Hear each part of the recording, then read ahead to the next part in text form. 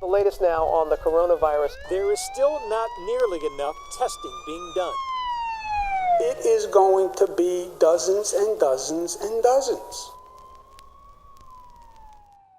Americans are turning to the government now more than ever as the coronavirus pandemic continues to shake the nation. Even as we rely on the government for guidance during this time, these stories suggest that the government's response was lacking. I know people who have coronavirus-like symptoms and they have no tests. Not knowing if our loved ones are even alive. How are we going to pay the bills? How are we going to do this? I'm upset. I watch the news around the clock, and that's all I think about. So why is this happening? Let's break it down.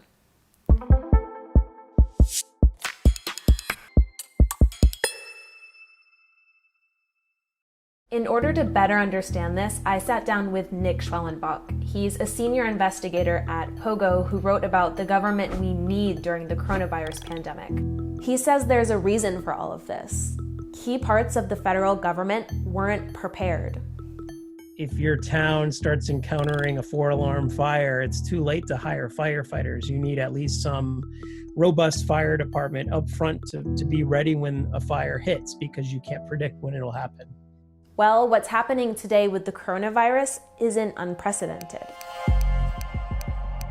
Back in 2009, H1N1 became the first human influenza pandemic in over 4 decades. H1N1. H1N1 swine flu. And from it, the federal government learned many lessons in modern pandemic preparedness. According to this Government Accountability Office report, one of the key takeaways from H1N1 was that different parts of the government should be on the same page as much as possible, especially when it comes to their communication with the public.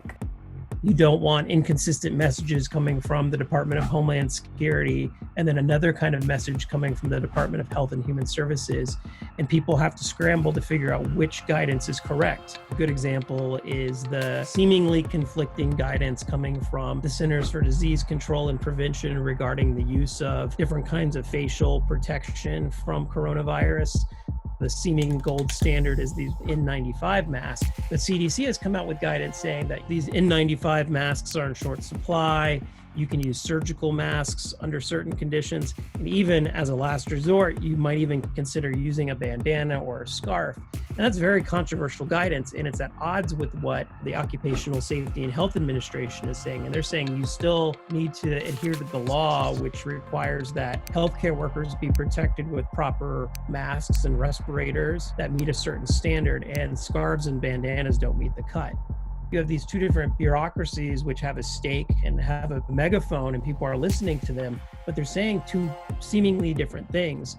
When faced with a global pandemic like H1N1 or the coronavirus, communication seems like an odd thing to prepare for, but it's actually a key part of the process. Unfortunately, the federal government's communication with the public surrounding the coronavirus has been a weak spot. And public attention on a drug called hydroxychloroquine can show us how. Let's start with this exchange in late March. This is Dr. Anthony Fauci, the government's top infectious disease expert. When asked if a drug used to treat malaria, hydroxychloroquine, could also be used to treat the coronavirus, he said, The answer is no. But this is how President Trump answered the same question at the same press conference. It's a strong drug, so we'll see.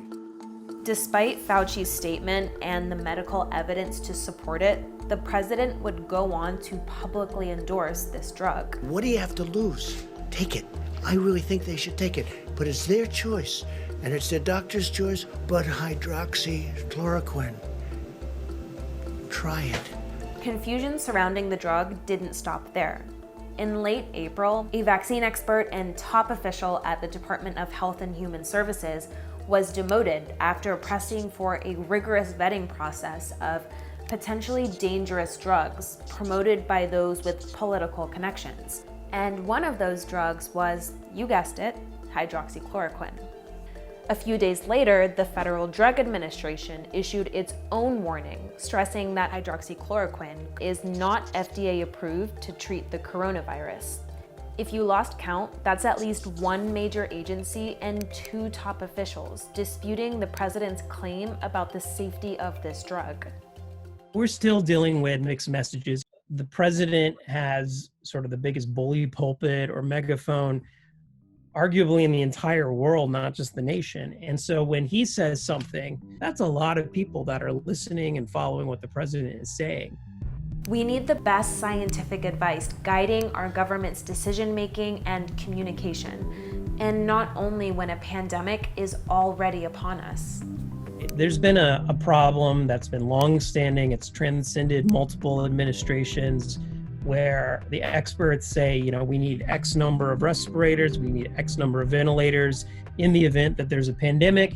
And year after year, Congress has not appropriated the funds necessary to stockpile the equipment that would meet the needs that experts have assessed that we need. We can't know when a large-scale emergency like a global pandemic will strike, which is why the better prepared our government is to effectively communicate and handle these crises up front, the easier it is to adapt. Because when the moment comes, strong preparation has the power to save thousands of lives.